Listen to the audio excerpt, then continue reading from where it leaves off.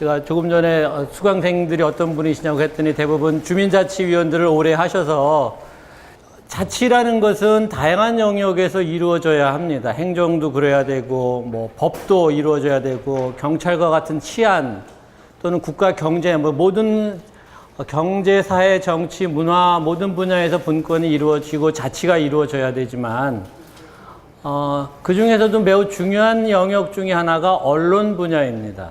여러분들이 지역사회에서 일어나는 일들을 여러분들이 쉽게 또 편리하게 알 수 있고 또 지역 주민들끼리 서로 소통할 수 있고 또는 다른 지역과 갈등이 생겼을 때 우리 지역의 여론을 결집을 해서 우리 지역을 대변해 줄 수 있는 그런 언론이 없다면 실질적으로 그 분권이나 자치는 매우 어렵다라는 것이고요. 그런 것들이 여러분들 뭐 제가 지난주 강의를 봤더니 선진국의 자치제도에 대해서 공부를 하셨는데 선진국 자치제도의 핵심 중에 하나는 거의 모든 선진국의 언론은 지역 단위 언론입니다. 모든 언론이 다 지역 단위 언론은 아니고 전국적인 언론도 있지만 전국적인 언론보다 더 중요하게 자기 지역의 언론을 매일매일 이용하고 자기 지역에서 일어나는 소식과 뉴스를 얻는다라는 겁니다. 그런데 이제 우리나라는 대한민국은 아직 그런 부분들에 있어서는 많이 미흡하기 때문에 제가 이상과 현실이라는 말을 많이 씁니다. 자, 그래서 제가 한 7개 주제로 나눠서 설명드릴 텐데요. 일단은 자치와 분권에 대해서 간단히 설명드리고 우리가 자치에 대해서 관심을 갖게 된 이유를 여러분들이 좀 더 정확하게 인지하셔야 됩니다. 그 무슨 얘기냐 하면 이제는 자치를 하지 않고 국가나 지역사회를 운영하기가 매우 어려운 시대가 됐다는 겁니다. 그 무슨 얘기냐 하면 역으로 여러분들은 지금까지 자치가 없는 세상에서 살아왔습니다. 이제 최근 들어서 우리 민주화 이후에 지방자치 선거를 하고 지방자치제도가 이루어졌지만 실질적으로 자치의 영역은 매우 좁고 제한되어 있습니다. 이것이 앞으로 이제 대한민국 사회가 발전하고 국민들이 행복하게 살아가는데 매우 어렵게 되는데 그 주된 이유를 저는 이제 시대가 바뀌었다. 당연히 시대가 바뀌었는데 무엇이 바뀌었느냐? 여러분들의 주거 형태가 달라졌다라는 겁니다. 무슨 얘기냐면 여러분들 자녀는 어디서 태어났습니까? 여러분들 자녀를 보기 전에 일단 여러분들 시흥이 고향이신 분 손 들어보세요. 시흥이 고향이세요. 한 분. 두 분이네. 예. 지난 제가 2기 강의를 했을 때는 한 분이었습니다. 인원은 이렇게 비슷했는데 그 시흥이 고향이 아니시라는 것은 타 지역에 와서 지금 여기서 정착하신 분들이라는 거죠. 제 아내가 고향이 시흥입니다. 제가 이제 결혼을 해서 혼인신고를 해서 호적을 띄는데 그래서 우리 아내의 호적상 본적지가 경기도 시흥군 안양읍 안양리였어요. 지금의 안양시가 옛날에 시흥군이었습니다. 그래서 여기서 고향이 안양이신 분들은 시흥이 고향인 거나 마찬가지로 제가 쳐드리겠습니다. 그래서 어쨌든 중요한 건 여러분들은 고향에 살지 않는다는 거죠. 태어난 곳에서부터 비교적 떨어져서 이주해서 새로운 때 와서 지금 사신다라는 다 고향을 떠났습니다. 이따 제가 나중에 설명드리겠지만 그래서 한국 사람들에게 여러분들에게는 고향에 대한 정서가 있습니다. 나의 살던 고향은 꽃피는 산골. 그래서 이런 그 고향에 대한 정서가 있는데 여러분들 자녀는 어떻습니까? 여러분들 자녀의 고향은 어디예요? 여러분들의 자녀는 지금 여러분들 자녀가 태어난 곳에서 얼마나 멀리 떨어져서 가서 살아야 될까요? 자, 그래서 이 부분은 무엇이냐? 우리가 이제 주거 형태가 달라졌다라는 것은 우리 세대는 여러분들 저랑 나이가 대부분 비슷하실 텐데 좀 젊은 분도 계시지만 우리 50년대, 60년대 태어난 사람들은 상당수가 자기가 태어난 곳을 떠나서 좀 더 살기 좋은 곳으로 이주해서 거기 가서 정착을 했습니다. 근데 이 중에서 그러면 이제 시흥을 떠나서 앞으로 다른 데 가서 살 계획이 있으신 분 손 들어보세요. 시흥에서 못 살겠다. 시흥보다 더 좋은 곳으로 가야 되겠다. 뭐 있을지는 모르겠지만 그렇게 받아줄 만한 데가 있는 것도 아니고 쉽게 갈 수 있는 처지도 아닌 거죠. 우리가 이제 이주의 시대는 끝났다라는 겁니다. 무슨 얘기냐? 이게 이제 정상으로 돌아오는 겁니다. 인류 역사상 5만 년 이상 그랬고 그 이후에도 앞으로도 마찬가지지만 대부분의 인간은 자기가 태어난 곳에서 성장해서 살다가 그곳에서 죽습니다. 왜? 멀리 태어난 곳에서부터 멀리 가면 갈수록 핸디캡이 많이 생겨요. 불리해져요.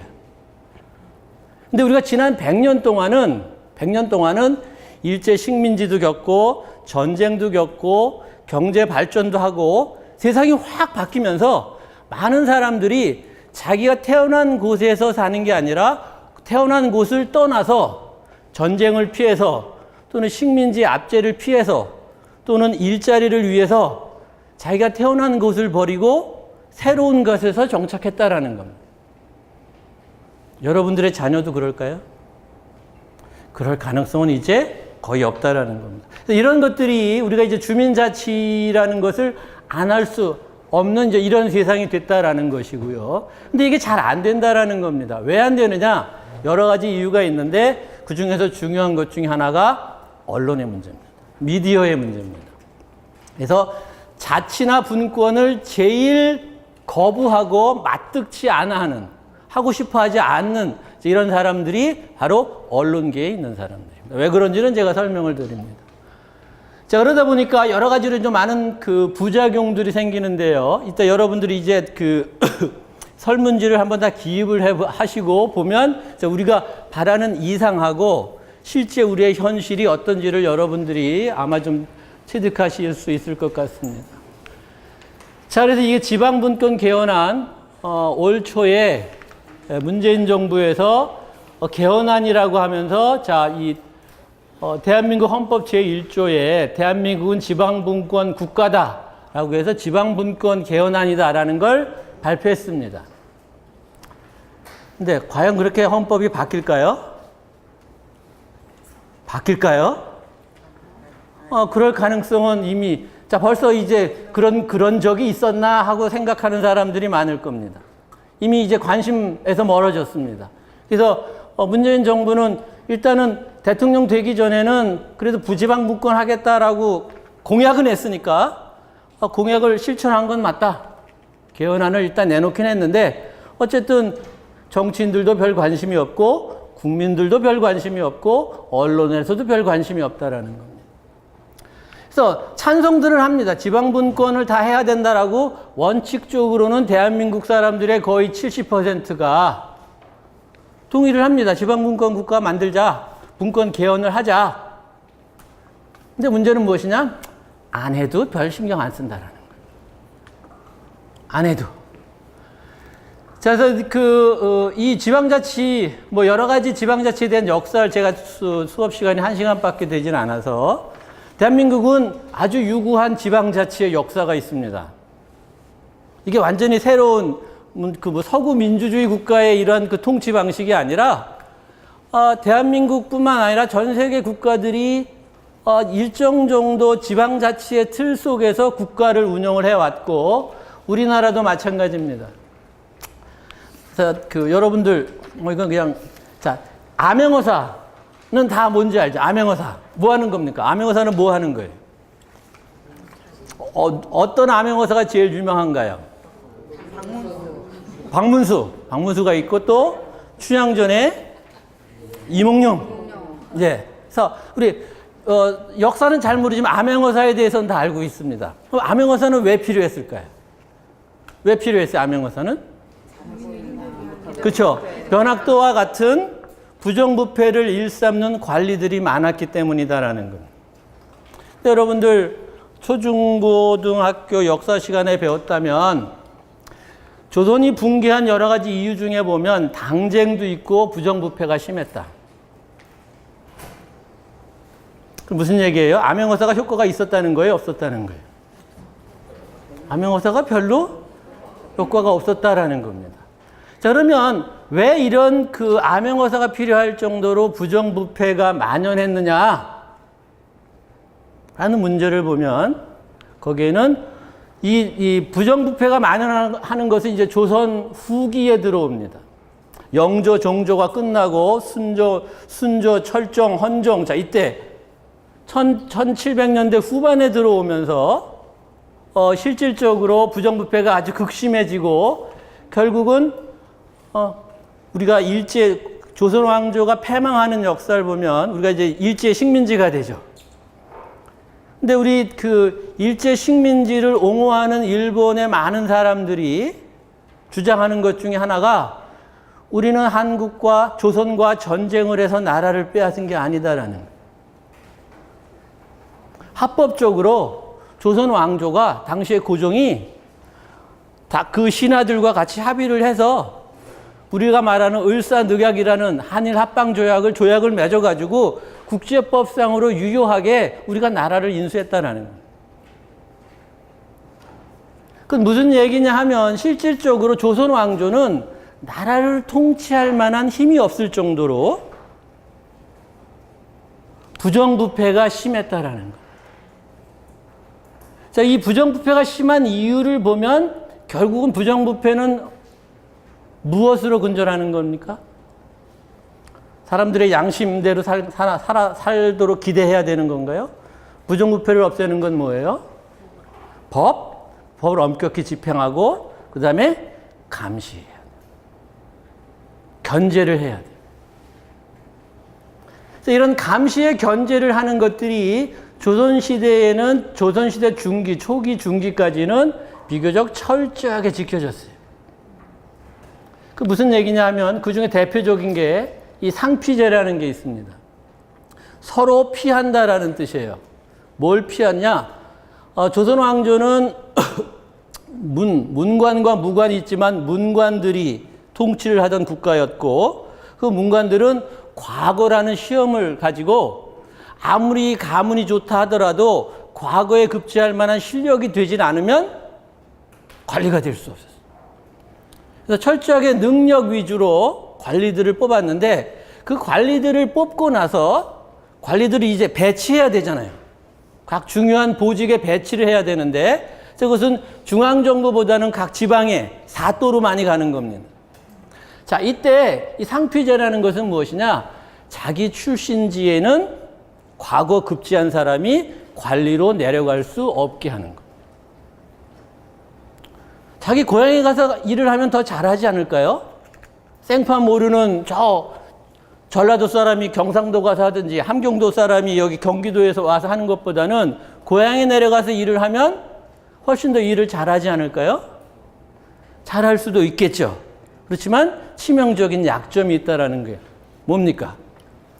부정부패가 발생할 수 있다. 부정부패가. 그래서 그 지역에 내려가면 결국 이 수령이라는 사람이 그 지역의 관리, 향리, 이방, 자, 이 관리들과 그 지역의 여론을 이끄는 사림, 양반들, 그 같이 다 한편이 돼서 지역을 이끌어가면 결국은 그 지역은 부정부패로부터 헤어날 수 없다. 자, 그래서 상피제라고 해서 철저하게 과거에 급제했지만 고향에는 못 가게끔 한다라는 거예요. 그래서 여러분들 이몽룡이도 그 고향에 내려간 게 전주 남원의 사또로 내려간 게 아니라 뭘로 내려갔어요? 암행어사로 내려간. 자, 이런 이 지방자치라는 것은 이런 시스템들이 있었는데 이게 이제 안 됩니다. 특히 이제 언제 붕괴되느냐? 당연히 우리가 식민지 시대에 붕괴되고 군사 독재 정권 시절에도 당연히 이런 지방자치를 원치 않습니다. 자, 그러다가 이제 우리가 민주화 시대가 되면서 80년대 후반 시민항쟁을 통해서 이제 민주화를 쟁취한 다음에 우리가 이제 지방자치를 하는데 여러분들 보세요. 그때 여러분들 기억나시는 분도 있을지 모르겠지만 전두환 노태우 정권에 항의해가지고 시민들이 데모하고 넥타이 부대가 나오고 하면서 했을 때, 그 당시에 군사 독재자들이 그럼 우리 항복한다. 그래서 국민들이 원하는 민주주의를 해주겠다라고 해서 선언한 게 6.29 선언입니다. 기억나시죠? 6.29 선언. 그래서 이 6.29 선언의 핵심적인 게 7가지입니다. 핵심적인 게. 그래서 대통령 직선제 개헌하고 선거법 개정하고 그 당시 정치범들 석방하고 인권 보장하고 언론 자유 보장하고 정당 활동 보장하고 이 6가지는 차근차근 척척 잘 진행이 됐습니다. 뭐 보는 각도에 따라서 아직도 미흡하다라고 할 수는 있지만 대한민국이 그래도 민주주의 국가라고 얘기하는 것은 이런 6.29 선언에서 약속한 6가지가 다 비교적 잘 적용이 됐다라는 겁니다. 반면에 여기 있는 지방자치 및 교육자치 실시, 자, 이것도 매우 중요한 민주주의의 조건으로 당시에 쟁취한 겁니다. 근데 지방자치나 교육자치는 뭐 여러분들 다 아시다시피 매우 미진하다라는 겁니다. 실제 하고는 있지만 잘 안 되고 있어요. 잘 안 돼도 더 큰 문제는 무엇이냐? 잘 안 돼도 별 관심이 없어요. 자, 왜 그런지를 우리가 그걸 이해를 해야 된다라는 거예요. 뭐 역대 정부의 지역 정책 뭐 보면 지방분권이라는 것은 지방분권과 지방자치는 보수 진보를 가릴 것 없이 정당 소속을 가릴 것 없이 지금까지 대한민국을 대표하는 모든 정치인들이 대선 주자들이 약속한 것입니다. 지방분권하고 지역 균형 발전시키고. 근데 왜 우리는 지방분권에 대해서 왜 이게 확신이 없는 걸까요? 왜 개헌안까지 만들었지만 다들 뜨뜻미지근하고 별 관심이 없는 걸까요? 일단 어떤 시대 변화를 제가 여러분들에게 설명하기 위해서 이 6명의 공통점 쉽게 할 수 있죠. 뭡니까, 6명? 뭐 한 사람들이에요? 대통령들이죠. 하나 맞았습니다. 또 공통점 뭐가 있을까요? 또 공통점은 뭐가 있을까요? 국민이 뽑은 대통령, 직선제로 뽑은 대통령. 자, 대통령이라는 거 말고 또 뭐가 공통점이 있을까요? 고향을 한번 볼까요? 어디 경기도 사람입니까? 수도권 사람입니까? 서울 사람입니까? 자, 대부분 다 지방 사람, 소위 말하는 지방 사람들이에요. 자, 5명의 이번 지난 대선에서 나왔던 5명의 사람 역시 모두 지방 출신 사람들입니다. 살기는 어디 살을까요? 서울 살죠. 그렇죠? 자, 그래서 이게 문재인 정부 들어서고 나서 언론에서 이제 뭐 누가 장관이 되고 하니까 청문회도 하고 그러면서 이제 뭐 시끌시끌했는데 이때 언론에서 집중한 것 중에 하나가 자, 그러면 이 장관들이나 이 주요한 권력을 차지한 사람들이 출신 지역이 어디냐? 그래서 이게 지역 간 균형을 잘 이루었느냐 이걸 이제 보는 겁니다. 호남 출신도 있어야 되고 영남 출신도 있어야 되고 수도권 출신도 있어야 되고. 그럼 무슨 얘기예요? 우리 언론에서 봤을 때는 출신 지역이 중요하다는 거예요? 중요하지 않다는 거예요? 중요하다는 거죠. 그렇죠. 중요하다는 거죠. 근데 출신 지역이 중요할까요? 자기 고향이 중요할까요? 지금 자기가 살고 있는 데가 중요할까요? 지금 살고 있는 데가 중요한 거죠. 자기 고향을 위해서 일하는 정치인들이 얼마나 있을까요? 지금 시흥시장이 누군지 모르겠지만 그분이 만약에 고향이 저쪽 제가 살고 있는 충남 아산이라고 한다면 그분이 충남 아산을 위해서 일을 해야 됩니까? 경기도 시흥을 위해서 일을 해요. 당연히 시흥을 위해서 일해야 되겠죠. 자기가 살고 있는 지역이 출신 지역보다 훨씬 더 중요한. 자, 그런데 왜 우리 언론에서는 항상 출신 지역을 따지냐? 근데 실질적으로 우리가 그 출신지가 무의미한 시대가 됐다라는 겁니다. 그래서 우리가 출신지, 뭐 여러분이나 저나 마찬가지고 여기가 이쪽, 시흥 이쪽은 아니고, 지금 안양천 주변, 뚝방 동네였어요. 제가 고향이, 지금으로 말한다면 강서구 목동, 서울 강서구 목동 이쪽이었습니다. 그래서 제가 초등학교, 거기를 신정초등학교를 다녔는데, 제가 초등학교 6학년 때,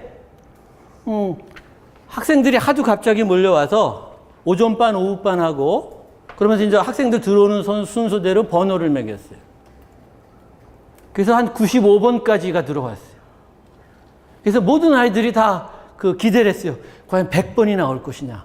100번은 누가 될 거냐? 이거보다 더 작은 교실에 100명을 수용해야 되는데 어린아이들의 입장에서는 그게 중요한 게 아니라 100번이라는 그 영광스러운 번호를 누가 차지할까? 근데 그 100번의 아이들은 대부분 이렇게 전국 각지에서 서울로 일자리를 찾아서 온 부모 손에 끌려서 온 아이들이었다라는 겁니다. 여러분들도 아마 그런 세대들일 겁니다. 제가 충남 아산에 살고 있는데 인천, 광명, 시흥 이쪽 지역의 학생들이 꽤 많이 저희 학교에 옵니다. 충청도지만. 그래서 온 이유를 보면 부모님들이 이 경기도 서부 지역에 거주하고 있는데 고향이 충청도인 분들이 많아요. 자, 그래서 우리는 여러분 잘 아시다시피 이제 많은 사람들이 서울로 일자리를 찾아 모여들었고, 자, 그 과정에서 이제 서울이 팽창하면서 과거 여기 염전만 있던 이 동네가 어마어마한 이제 고층 아파트 빌딩촌이 된 거죠. 그래서 심지어는 무작정 상경이라는 말 들어보셨죠, 여러분? 무작정 상경 뭡니까? 그래서 여러분들은 다 이해할 수 있는 단어예요. 혹시 젊으신 분들은 이 중에서 그게 무슨 뜻이지? 예를 들면 지금 세대의 제 대학생들에게 용건만 간단히 뭐 할 때 용건만 간단히 하라는 거예요? 전화할 때. 그렇죠? 요즘 아이들은 이해가 안 됩니다. 왜? 왜 용건만 간단히 해? 설명을 자세하게 충분히 해야지. 그러니까 옛날에 공중전화에서 사람들이 줄 서서 기다리던 시대를 이해하지 못한다라는 거죠.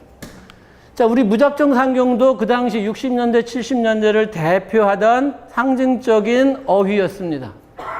지금 아이들은 이해가 안 되는 거죠. 어떻게 아무도 아는 사람도 없는데 일자리도 알아보지 않고 어떻게 무조건 서울로 가느냐. 근데 이런 시대였다라는 겁니다. 자, 그러다 보니까 그 시대에 부르던 노래들 중에 보면 고향에 관한 노래들이 굉장히 많아요. 나의 살던 고향은에서부터, 그 다음에 유행가들도, 우리 부모님 세대들은 이제 여러 가지 일제 식민지 시대, 6.25 전쟁을 겪으면서 떠나온 고향에 대한 노래를 많이들 불렀고, 우리 또래들은 나훈아나 이런 사람들은 이제 서울로 일자리를 찾아와서 두고 온 고향에 대한 이런 노래들을 많이 불렀어요. 근데 요즘 아이들이 고향에 관한 노래를 부를까요? 말이 안 되는 거죠. 왜냐? 우리 아이들의 고향은 이제 아파트가 고향입니다. 고향에 대한 개념이 없는 거죠. 지금 살고 있는 곳이 고향이에요. 자, 그러다 보니까 어떤 현상이 나타납니까? 우리가 추석 연휴나 설 연휴가 되면 고향 가는 사람이 많아요? 해외여행 가는 사람이 많아요? 그럼 해외여행 가는 사람은 조상 숭배도 하지 않는 후레 자식들인가요? 그건 아니라는 거죠. 굳이 고향에 갈 필요도 없고 고향에 가봐야 아는 사람도 없고, 아니면 고향이 아예 없어졌고, 다니던 학교도 없어졌고, 다니던 마을도 없어졌고, 가봐야 먼 친척 정도만 있는데 평소 교류하지 않아서 알지도 못하고 고향이 없다라는 거예요. 그 얘기는 무슨 얘기냐? 역으로 가면 이제 한국은 본격적으로 정착의 시대가 됐다라는 겁니다. 여러분들도 다른 지역으로 이사 가지 않을 거고, 여러분들의 자녀들도 굳이 다른 지역으로 이사 갈 수도 없고, 가봤자 별로 행복하지 않다라는 겁니다. 자, 이게 이 정착이라는 것은 이제 선진국의 주거 형태입니다. 선진국의 주거 형태. 즉 무슨 얘기냐? 후진국들 아직도 그 전쟁의 피해를 겪거나 전란을 겪거나 아니면 경제가 매우 어려운 나라의 사람들은 자기 조국 고향을 떠나서 다른 나라로 갑니다. 그래서 예멘 사람들이 제주도에 오는 거고 네팔이나 파키스탄 사람들이 한국에 와서 시화공단에서 일하는 겁니다. 하지만 선진국이 되면 그렇지 않습니다.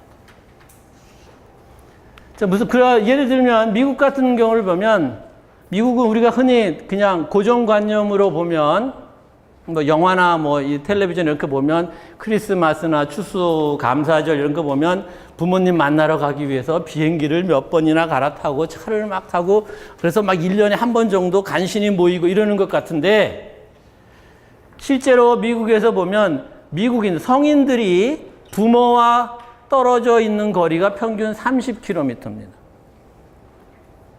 무슨 얘기냐? 여러분들의 부모님들이 평균 30km 거리 내에 있다라는 거예요. 그 부모들도 자기 부모들이 그 거리에 있었고. 그럼 무슨 얘기냐 하면 대대손손 자기가 살아온 데를 떠나서 멀리 떨어나서 사는 비율은 지극히 낮다라는 겁니다. 자기가 할아버지가 태어난 곳에서 아버지가 태어나고 아버지가 태어난 곳에서 아들이 태어나고 여성들의 경우에는 우리나라 같은 경우에는 좀 동성동본 여러 가지 혼인 문제 때문에 멀리 좀 가긴 했지만 일단 기본적으로 자기가 살고 있는 태어난 곳에서 멀리 떨어져 살고 있지 않습니다. 그래서 과거에 이제 우리가 가부장적 사회에서 여성들은 이제 다른 마을로 먼 곳으로 이사를 가야 했죠. 그래서 어떤 말이 생겼습니까? 출가 외인. 요즘도 그런가요? 제가 가끔 주례를 서다 보면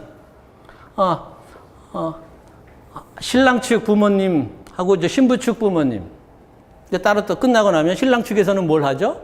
결혼식이 끝나고 나면 패백을 해요. 그럼 이제 신부 측 부모님이 조금 약간 서운해 해요. 우리는 패백 안 한다고. 근데 그 결혼식 날 뿐이다라는 겁니다. 결혼식 끝나고 그 다음부터는 이제 다 아들 다 뺏겨가지고 처가에다 다 뺏겨가서 처가에 휘둘리며 산다라는 겁니다. 육아도 장모님이 해주고 명절 때도 친가 오는 것보다 처가에 가는 걸 더 중요시하고 세상이 바뀌었다라는 거죠. 그래서 출가 외인이라는 말도 없어졌다라는 겁니다. 무슨 얘기예요? 이제 부모와 자식이 근거리에서 가까이 살 수밖에 없다라는 거예요. 자, 그러다 보니까 어떻게 돼요? 내가 지금까지 대한민국 사회 모델은 내가 행복하게 살기 위해서 많은 노력을 하는데 좋은 직장도 얻고 뭐 돈도 많이 벌고 하는데 내가 행복하게 살게 해주는 여러 가지 조건들이 있습니다. 첫째는 국가가 있어야 돼요. 나라가 잘 살아야 되고 나라가 안전해야 내가 잘 살 수 있어요. 내가 아무리 똑똑하고 돈이 많아도 국가가 위험해지면 나는 행복하게 살 수 없다라는 겁니다. 근데 그 국가만 상수인 게 아니라 또 하나는 지역이에요. 어디서 사느냐. 그래서 대한민국 사람들이 국가는 변할 수 없으니까 좀 더 좋은 지역, 살기 좋은 지역으로 이사를 가자, 이주를 하자가 지금까지 이주시대, 여러분들이 젊었을 적 시절의 사고방식이었습니다. 좋은 데 가서 돈벌이도 잘 되고 더 안전하고 더 살기 좋은 곳으로 이사 가서 산다라는 거예요. 근데 그런 시대는 지났다라는 거죠. 무슨 얘기예요? 이제는 내가 살고 있는 곳에서 내 지역이 좋은 지역이 되도록 만드는 수밖에 없다라는 겁니다. 여러분들이 강남 8학군에 아무리 좋은 데라고 하더라도 여러분들 거기 이사 가서 살기는 힘들 겁니다. 자기가 살고 있는 지역을 좋은 지역으로 이제는 만들어야 된다라는 겁니다. 여러분들이 시흥을 떠나서 다른 지역에 가서 사는데 여러분들을 두 팔 벌리고 아유 잘 왔습니다. 앞으로 우리 같이 잘 삽시다. 이렇게 할 수 있는 지역들 별로 없다라는 겁니다. 아마 여러분들이 이제 무슨 귀농 귀촌을 해가지고 사람들이 거의 없는 지역에 가면 그럴지 모르겠지만 실질적으로 이젠 여러분들은 행복하게 살려면 지금 살고 있는 지역을 보다 살기 좋은 지역으로 만들어요.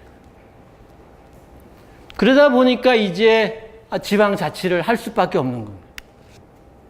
우리 지역을 다른 지역 사람들이 잘 살게 만들어주지 못합니다. 광명시 사람들이 시흥시 사람들 챙겨줄까요? 광명시 이익을 버리고 안양시 사람들이 시흥시 사람들을 챙겨줄까요? 말이 안 되는 얘기죠. 서로 이웃 도시들끼리 서로 공존하면서 상생하면서 최대 이익을 극대화하는 게 바람직하긴 하지만 어쩔 수 없이 갈등이 생긴다면 자기가 살고 있는 지역의 이익을 먼저 챙길 수밖에 없다는. 자, 그렇게 하기 위해서 결국은 자기 살고 있는 지역을 그 지역의 주민들이 책임지고 운영하고 주요 의사결정을 하라. 이게 지방자치입니다. 그래서 대한민국 그걸 안 하고 할 수 있는 방법이 없어요. 시흥 사람들이 어떻게 더 살기 좋은 시흥 지역을 만들고 경제나 문화, 사회적으로 참 삶의 질이 높은 지역으로 만들 것인가는 시흥 시민들이 해야지 광명 시민들이 해주지도 않고 인천 시민들이 해주지도 않고 수원 시민들이 해주지도 않는다라는 거예요. 그래서 시흥 시민들이 우린 별 관심이 없어 하면 그 옆에 사람, 옆에 다른 도시에서 그래 너 안 가질 거야? 그럼 내가 가져갈게. 다 가져갑니다. 자, 그러다 보니까 결국 지방자치라는 것은 이제 당위론적으로 하는 게 아니라 어쩔 수 없이 할 수밖에 없다는 거예요. 그래서 이 과정에서 지방자치는 결국 지역 주민들이 지역 문제를 스스로 하라라는 건데 그 지역 주민들이 모든 사람들이 다 나서서 주인 행사를 할 수 없으니까 민주주의 국가에서 우리가 이제 대표제를 하는 거죠. 그래서 시흥 시민의 대표 시장도 뽑고 시의원도 뽑고 그다음에 이 지역의 국회의원이나 뭐 이런 그 정당 정치인들도 뽑고 지역에 여러 가지 시민단체도 있고 지역에 언론들도 있어서 지역 주민들의 여론 문제를 제기할 수 있어야 됩니다. 지금 우리 대한민국의 지방자치는 여기까지만 된 거예요. 지방정부. 그래서 이런 강의도 시청에서 하지 않으면 안 됩니다. 안 와요, 사람들이. 주민들 스스로 조직을 해서 우리 지역의 문제를 한번 고민해봐서 이런 것들을 한번 해보자. 시민사회가 국가기관의 도움받지 않고 지방정부의 도움받지 않고 시민사회가 스스로 할 수 있는 여력이 아직까지 되지 않습니다. 그나마 시흥시는 이런 강의라도 하니까 나은 겁니다. 이런 것조차도 하나 이런 강의조차도 꾸리지 않고 지방자치 한다고 하는 지방자치단체가 대다수. 자, 그래서 실질적으로 우리는 행정부 정도의 지방자치만 하고 있는데 이로 인해서 여러 가지 이제 문제점들이 발생됩니다. 그래서 지방자치 뭐 여러 가지 보면 근본적으로 지방자치가 갖고 있던 순기능보다는 역기능이 부각되는 경우가 많습니다. 특히 우리 언론에서. 그래서 자치단체의 단체장들이나 시의원, 도의원, 구의원들이 지역사회를 위해서 얼마나 열심히 일하고 얼마나 희생하고 봉사하는지 이런 부분들에 중점을 두기보다는 해외 연수 가고 뭐하고 했으니까 없애버려야 된다. 걔네들 월급을 왜 주느냐. 자, 이런 부정적인 여론이 부각되는 경우들이 대부분입니다. 그리고 이제 더 심각한 문제는 이 지방자치라는 것이 행정과 정치 영역에서만 하다 보니까 이 자치단체장과 지방의원, 그 다음에 국회의원들이 먹이사슬로 연결되어 있습니다. 그래서 지방자치 시의원, 도의원들은 자기를 뽑아준 시민, 구민, 동민들이 우선이 돼야 되는데 그 사람들보다 더 중요한 사람들이 있습니다. 시의원, 도의원들에게, 구의원들에게. 누구예요? 자기를 공천해준 국회의원. 그래서 시민들과 주민 대표 간담회 하더라도 국회의원 왔다고 하면 자리 빠져나갑니다. 그리고 다음 국회의원 선거할 때 보십시오. 누가 선거운동 해주나. 그래서 이런 먹이사슬로 연결되어 있다 보니까 여러 가지 지역 주민들의 의견을 반영할 수 있는, 그래서 어떤 정당의 당리 당략에 관계없이 지역 주민들을 위한 행정이나 정치를 하는 이런 구조들이 제대로 정착되지 않는다라는 겁니다. 그래서 그런 문제점들을 해결하기 위해서 적어도 기초의회, 시군구 의회, 주민자치의 기초조직, 여기에는 무슨 보수가 필요하고 무슨 진보가 필요하고 무슨 이데올로기가 필요하냐. 그래서 이 적어도 기초의회 정도는 정당공천을 폐지하자. 선거 때마다 나오는 공약이고 선거 때마다 후보자들이 네 그렇게 하겠습니다 합니다. 그래서 지지난 선거에서도 그랬고 지난 선거에서도 이 정의당 후보 빼놓고 나머지 유력 후보들은 다 기초의원 정당공천제 폐지하는데 나도 찬성합니다. 근데 지난 선거에서 어떻게 했습니까? 말도 꺼내지 않았어요. 말도 꺼내지 않았다는. 자, 그러다 보니까 실질적으로 지방자치에 참여하려면 정당인이 돼야 돼요. 정당인이 된다는 것은 자기를 뽑아준 더 위에 있는 공천권을 휘두르는 사람한테 잘 보이는 그런 꼴이 돼야 돼요. 그래서 이런 것들을 배제하기 위해서 순수한 단체 차원에서 시민사회 차원에서 정당이나 정부와 관계없이 지역 주민들이 다양한 민간인들이 이제 시민단체 차원에서 여러 가지 주민자치 활동을 하자. 그래서 시흥에서는 제가 못 들어봤습니다만 일부 시도에서는 이런 참여자치, 시민단체 이런 것들을 만들었습니다. 그런데 제대로 되는 데가 거의 하나도 없습니다.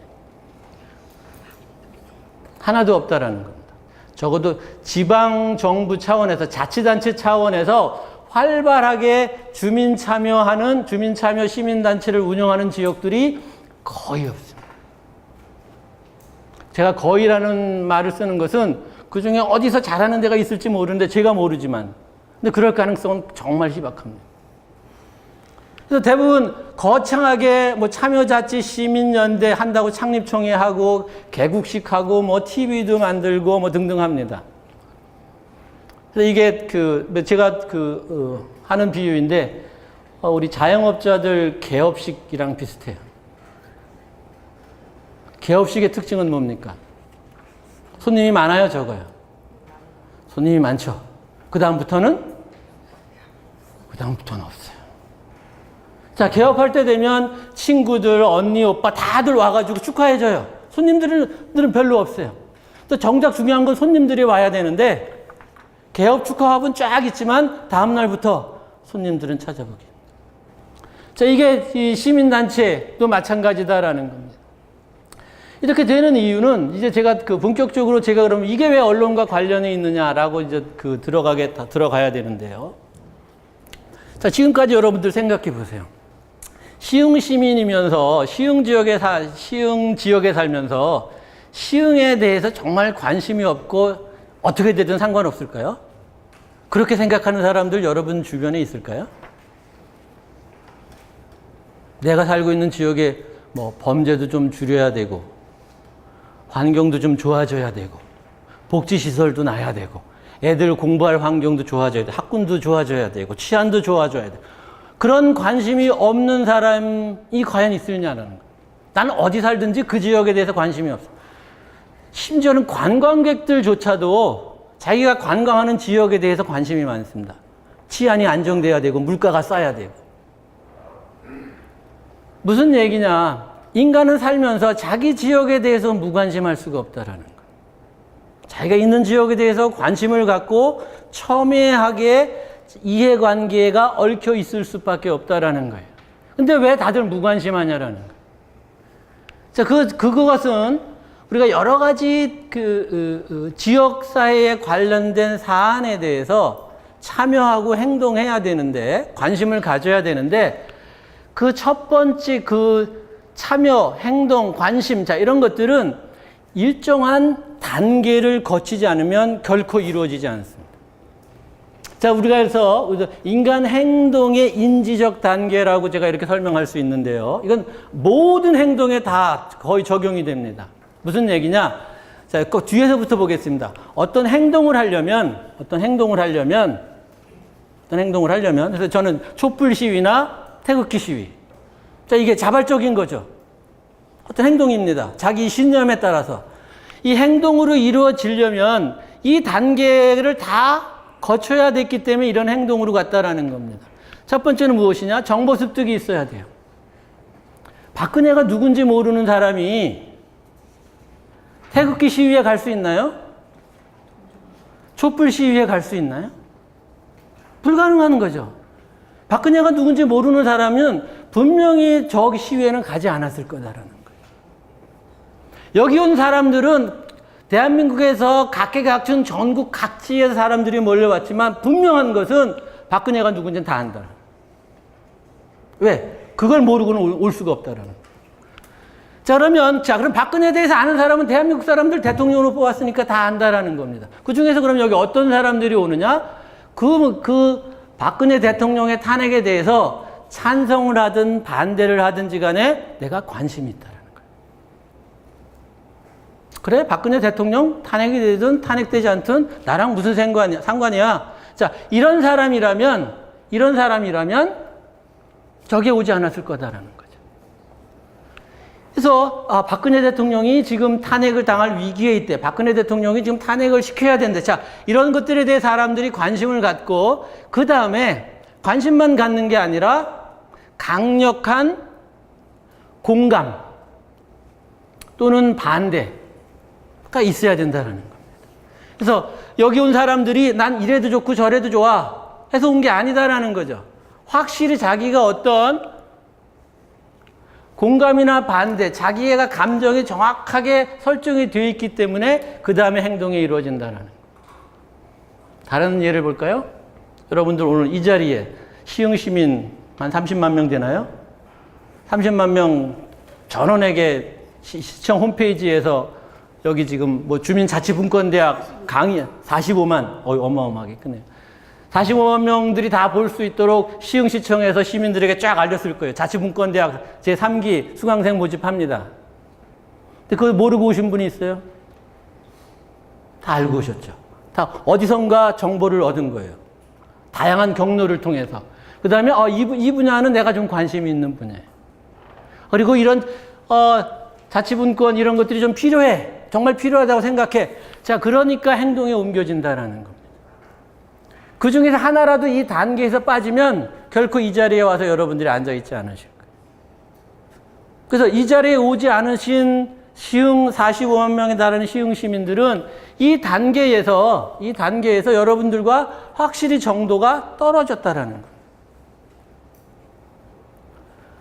뭐 투표도 마찬가지고요. 그리고 예를 들면 이번 지방선거에서 선거해서 보면 무슨 80%가 투표하겠다라고 했는데 실제로 보면 한 60%, 70%밖에 안 됩니다. 그럼 사람들이 거짓말을 한 거냐? 거짓말이라고 하기에는 조금 여러 가지가 있고 이 단계에서 이 정보나 관심이나 공감 이 단계에서 뭔가 필요성을 덜 느끼고 자 그러다 보니까 투표를 하지 않게 된다라는 겁니다.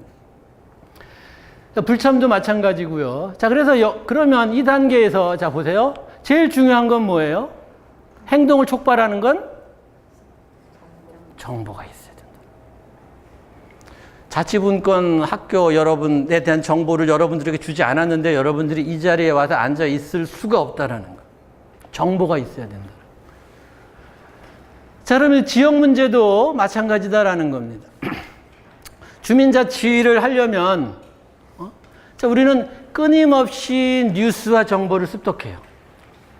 그래서 여러분들 스마트폰을 손에서 놓지 않고 거기서 그 스크린에서 눈을 띄지 않는 이유는 뭐 여러 가지 이유가 있긴 있지만 특히 우리 50대, 60대들은 뉴스 때문입니다.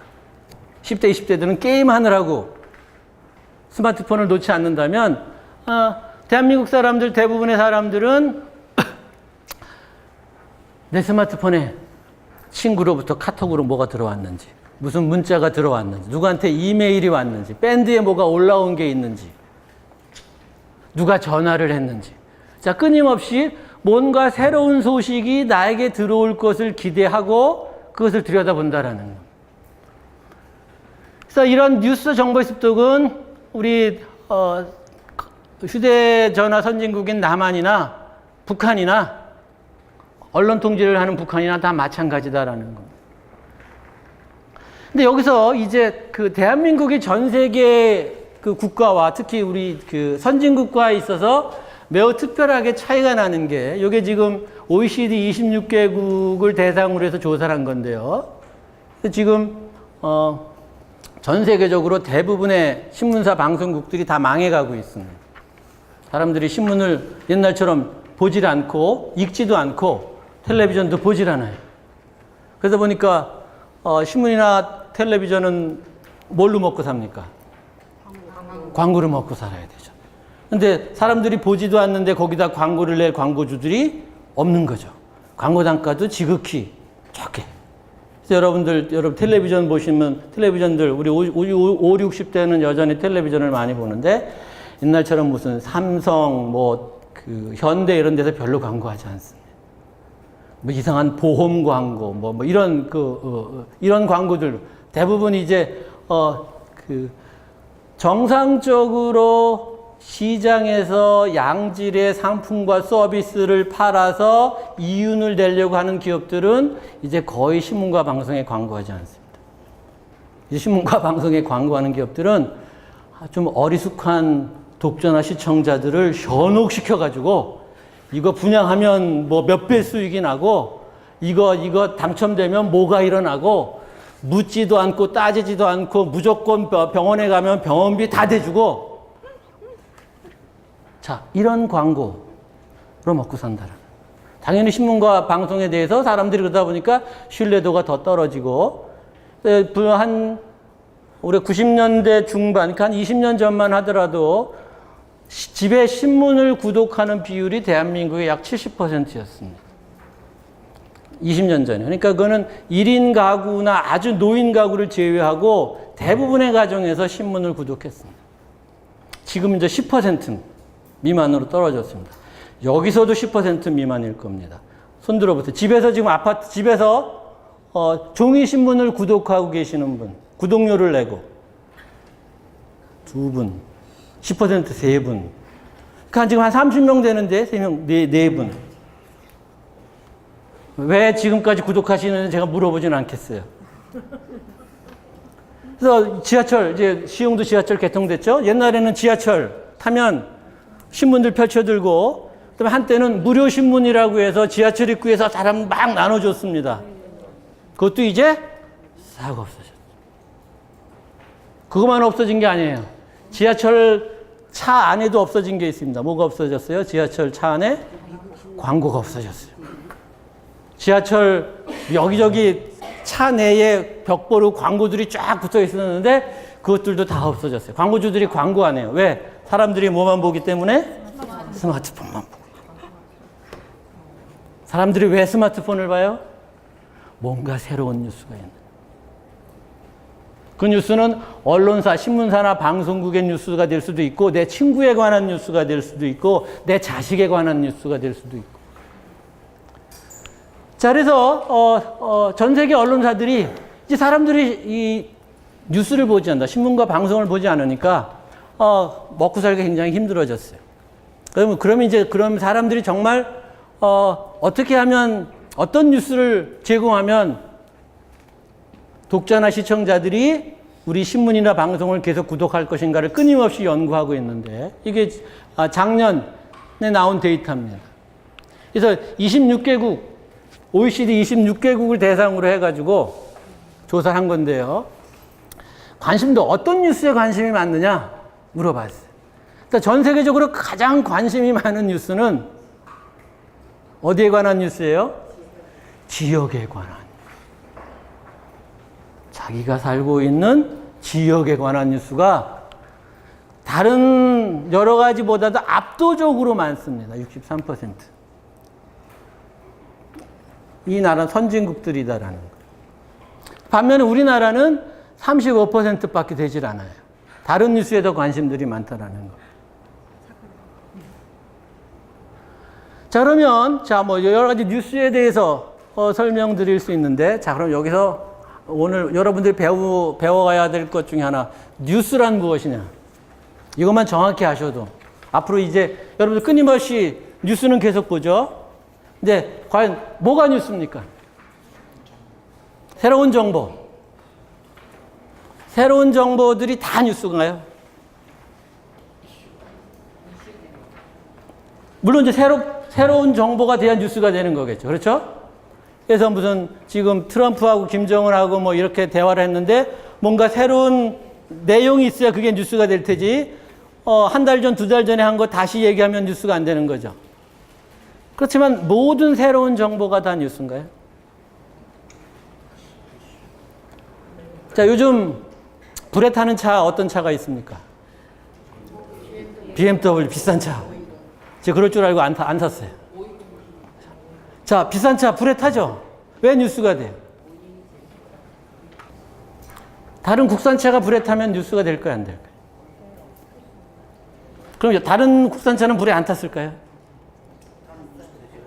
그래서 우리가 정확히 통계는 없지만, 이 더위에 불나는, 제가 오늘 오다 보니까 뭐 그 불난 차 하나 봤더니 아니에요. 우리 고속도로에서 BMW는 아니었는데, 자, 예를 들면 불타는 차는, 고장나는 차는, 잘못된 차는 많은데 왜 BMW는 자꾸 뉴스가 되는 거예요?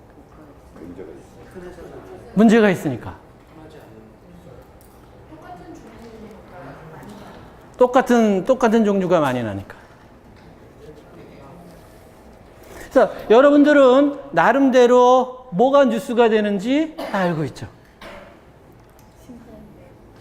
그래서 예를 들어서 문재인 대통령이 위암으로 수술을 해야 된다.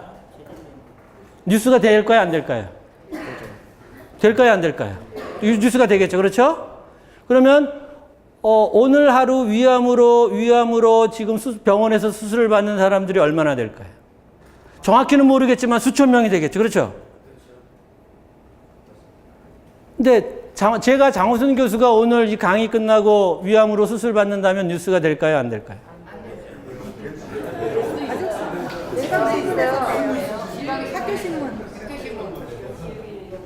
자, 안 된다고 하시는 분도 맞고 된다고 하시는 분도 맞습니다. 안 된다고 하시는 분은 왜 안 된다고 생각하신 거죠? 영향력이. 내가 그렇게 중요한 사람이 아니니까. 저 사람 뭐 위암 걸린 게 내가 살아가는데 별 관심이 크게 영향을 안 미친다라는 겁니다. 그렇지만 누구에게는, 어떤 사람들에게는 대통령이 위암 걸린 것보다 내가 위궤양에 걸린 것이 훨씬 더 중요한 뉴스가 될 사람이 있겠죠. 누구예요? 가족이죠. 제 가족들은. 그렇죠. 자, 그러면 여기서 무엇이냐? 이게 무슨 얘기냐면, 뉴스라는 것은 상대적이다라는 겁니다. 문재인 대통령의 위암 걸린 뉴스가 중국 사람들에게도 중요한 뉴스일까요? 뭐, 뉴스거리가 없으면 한마디 언급할지 모르겠지만, 전혀 뉴스가 안 될 수도 있겠죠. 그래서 뉴스란 무엇이냐? 뉴스라는 것은 새로운 정보는 맞습니다. 새로운 정보이긴 한데, 뉴스라는 것은 일단은 이러한 6가지 요소가 충족되어야 합니다. 그 중에 하나. 그래서 우리 문재인 대통령 같은 것들은 영향력을 말하는 것이고요. 그래서 영향력이면 장호순 교수는 가족들을 제외하고는 뉴스가 될 리가 없고, KBS 9시 뉴스 하면서 순천향대 장모 교수가 위암 수술을 했습니다라고 뉴스 한다면 여러분들 다 저 미친놈들 할 겁니다. 말이 안 되는 거죠. 그래서 영향력, 그래서 뉴스의 기준은 무엇이냐? 그건 뭐예요? 각 사람마다 중요한 뉴스가 다르다라는 거. 쉽게 생각해 보세요. 지금 시흥시장이 교통사고가 났다. 별 뉴스가 안 되나? 그럼 음주운전을 했다. 자, 그러면 뉴스가 될까요, 안 될까요? 되겠죠? 누구에게 뉴스가 되는 거예요? 광명 시민에게는 누군지도 몰라요. 그렇게 된다라는 겁니다. 그래서 뉴스라는 것은 상대적이고 그건 무엇이냐? 뉴스의 중심점은 항상 자기 자신입니다. 나에게 중요한 뉴스. 그래서 나에게 영향력이 있는 뉴스, 나와 가까운 뉴스. 근접성이라는 건 무엇이냐? 가까이 있을수록 영향력이 크다라는. 우리 지금 태풍, 지금 저쪽 지금 필리핀에 지금 태풍이 하나 발생했는데 별 관심이 없어요. 왜? 너무 멀리 있으니까. 근데 이제 서귀포 정도까지 오면 이제 가까이 왔으니까 그때부터는 이제 굉장한 관심을 갖는다라는 겁니다. 자, 그래서 이러한 그 영향력과 근접성, 시의성, 뭐 갈등, 신기함, 저명성 등등등등 이런 뉴스 가치가 있는데, 근데 문제는 각 사람마다 제가 말씀드렸죠. 각 사람마다 중요한 뉴스, 필요한 뉴스의 기준이 다르다라는 거예요. 광명시민하고 시흥시민하고 다르듯이, 한국 사람하고 중국 사람하고 다르듯이. 어떤 아파트 단지, 어느 아파트 단지에 사느냐에 따라서 관심이 있는 뉴스가 달라질 수 있다는 겁니다. 근데 문제는 각 사람마다 다른 중요한 뉴스가 다른데 이 각 사람마다 중요한 뉴스를 제공해 주기가 지금까지는 매우 어려웠어요. 지금 가능해지고 있긴 합니다만. 그럼 무슨 얘기냐? 예를 들어 볼까요? 저 오늘 여기 7분 앉아 계시죠? 오늘 강의 끝나고, 강의 재미도 있었어. 우리 오늘 가서 뒷풀이해. 가서 저녁 먹읍시다. 우리 늦게. 그래서 요 앞에 있는 식당에 갔어요. 그래서, 자, 우리 뭐 먹을까? 그래서 각자 먹고 싶은 거 먹어야 되겠죠? 김치찌개, 갈비탕, 설렁탕, 된장찌개, 부대찌개. 그 메뉴에 있는 거 다 하나씩 다 시켜요. 그럼 주인은 어때요? 왜 싫어해요? 손님이 왔는데. 일거리가 많아요. 그렇죠. 일거리가 많으니까 어떻게 하라고 그래요? 통일하라고 말하지 않아도 알아서 눈치를 주죠. 그래서 먼저 얘기한 사람 해가지고, 뭐, 한 2-3개 정도로 정리를 해요.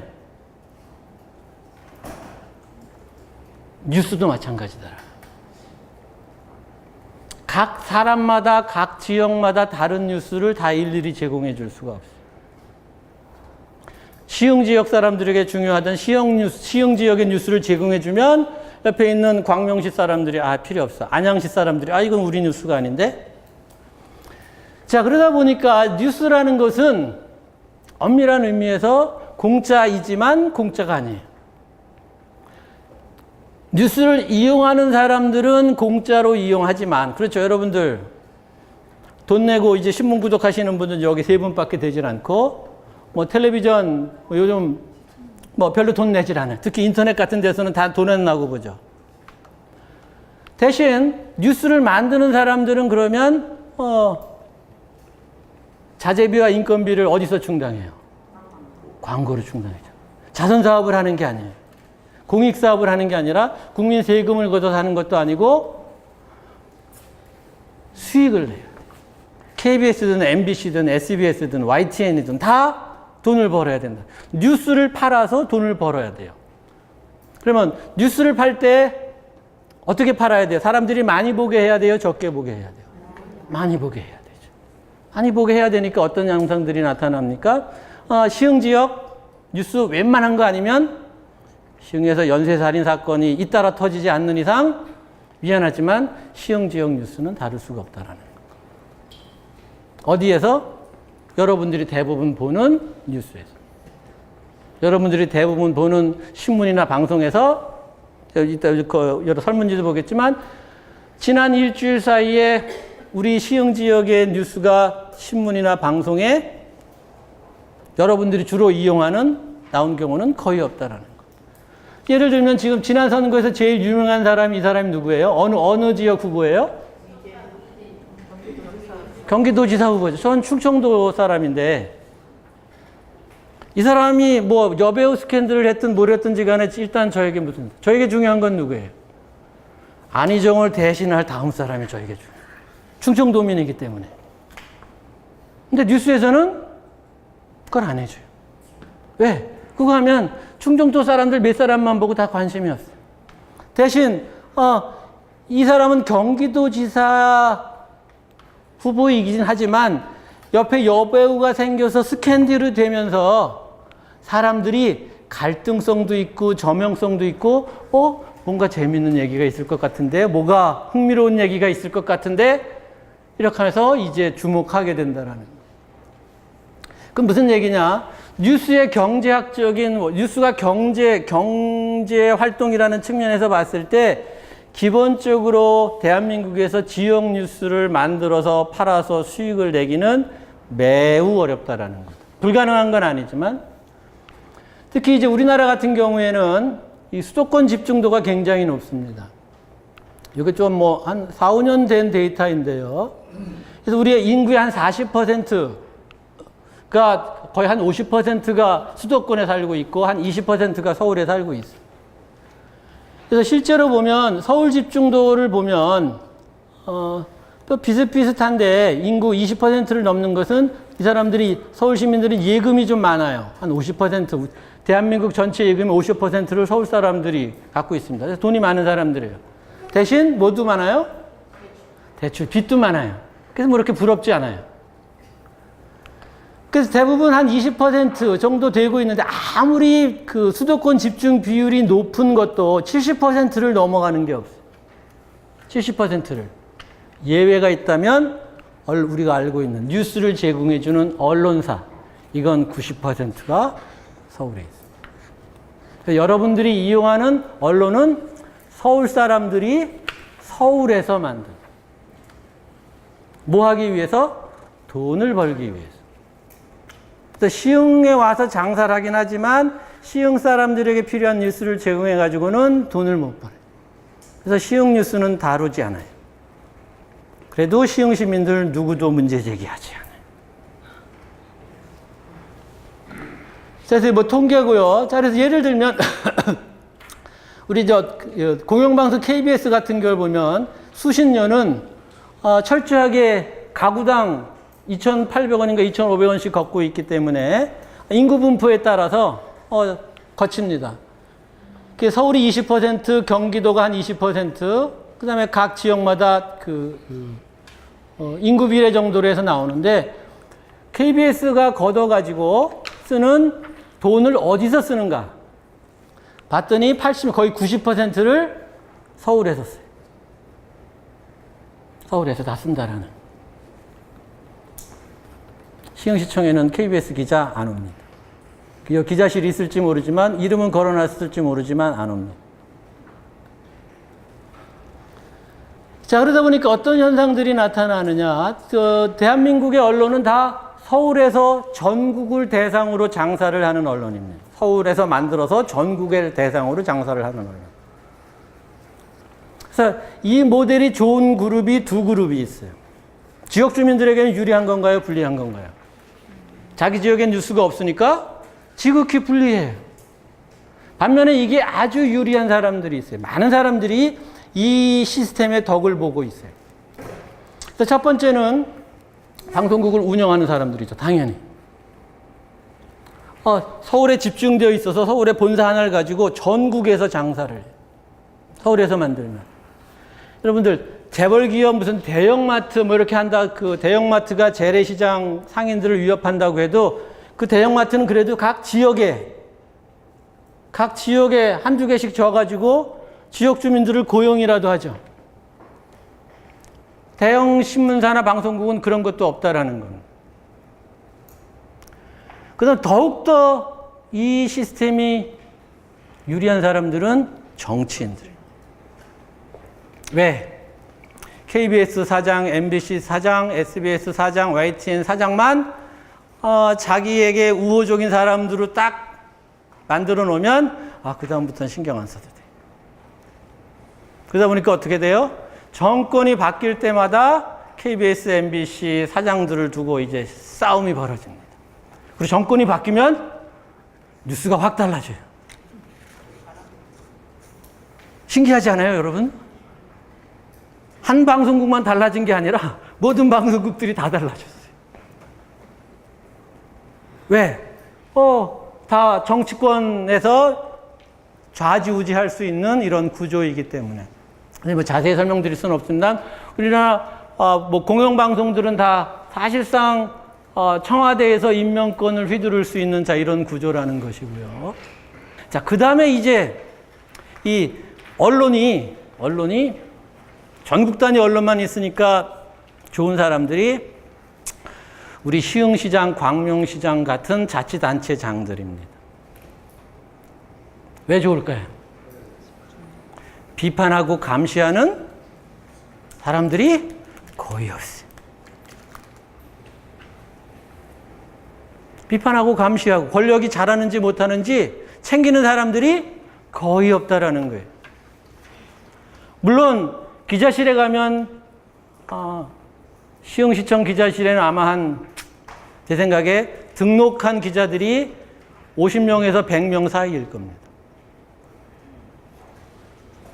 그래서 보도자료를 받고 자기 출입증을 받아가는 사람들. 그렇지만 누구도 시흥 시민들의 권익을 대변하거나 시흥시에서 그 정치 권력을 휘두르는 사람들을 챙기잖아요. 자, 그러다 보니까 어떤 현상들이 나타납니까? 대한민국은 다른 분야는 다 선진국이 됐지만 이 부분은 후진국입니다. 어떤 부분? 언론에 있어서는 지극히 후진국입니다. 자, 요거는 어느 나라 지도인가요? 이거 한 5분 안에 끝내야 되는데. 자, 어느, 잘 아시죠? 미국 지도예요. 막 이렇게 쪼개놨는데, 뭘로 쪼개놨을까요? 요게 방송국 번역이에요. 지역 방송국. 법적으로. 그래서 미국도 CNN과 같은 방송이 있고 위성 방송이 있어서 전 국민이 우리 KBS나 MBC 보듯이 동시에 방송을 다 같이 볼 수 있어요. 그렇지만 그럼에도 불구하고 방송국은 각 지역마다 방송국을 두도록. 그래서 지역에 방송국이 두는 이유는 무엇에 대해서 방송하라고? 지역 뉴스에 대해서 방송하라. 일본도 마찬가지입니다. 그래서 여기 예를 들면 여기 이쪽이 지금 뉴욕인데 여기도 정말 잘게 쪼개가지고 우리 지금 예를 들면 요 옆에 있는 인천 같은 경우 인구 200만이 넘는 도시인데 자체 방송국이 없어요. OBS 방송국이 있지만 거의 사람들이 보질 않아요. 인구 200만이나 되고 있는 이런 도시에 자기 지역의 방송국이 없는 그런 도시가 전 세계적으로. 그래서 지금 위성이나 인터넷을 통해서 전 세계 뉴스를 볼 수 있지만 여전히 민주주의 국가에서는 철저하게 지역 방송, 지역 신문들을 법적으로 만들도록 유지하고 있다는 겁니다. 그래서 심지어 어떤 정도냐 하면 영국 같은 경우에는 지금 있는 방송국이 지역이 너무 넓으니까 예를 들면 여기 광명, 시흥, 안양 여기 한 지역을 묶어가지고 방송을 하니까 시흥 사람들 입장에서 보면은 시흥 지역의 뉴스만 보고 싶은데 광명이나 안양 지역 뉴스까지도 같이 봐야 돼요. 그러니까 불만이 많아요. 더군다나 영국 같은 경우에는 BBC 시청료가 한 달에 10만 원꼴. 그러니까 불만이 많아요. 왜 우리 지역 뉴스가 이렇게 부족하느냐. 타 지역 뉴스 필요 없다. 우리 지역 뉴스를 더 달라. 해가지고 이제 나온 방식이 그래? 그러면 아예 방송국을 더 늘리자. 소규모 지역 방송국을 더 늘렸어요. 여러분들이 이용하는 언론들이 지역 언론보다는 그래서 제가 여기 강의를 준비하면서 시흥에는 어떤 언론들이 있는가 봤더니 전국적으로 드물게 지역 언론이 많아요. 시흥신문, 자치신문, 주간시흥, 시흥저널, 시흥일보. 그래서 제가 조사한 것만 해도 9개. 시흥 지역에서 만드는 인터넷 신문이 9개나 됩니다. 이렇게 많은 지역이 별로 없어요. 대부분 하나, 2개 정도밖에 안 되는데.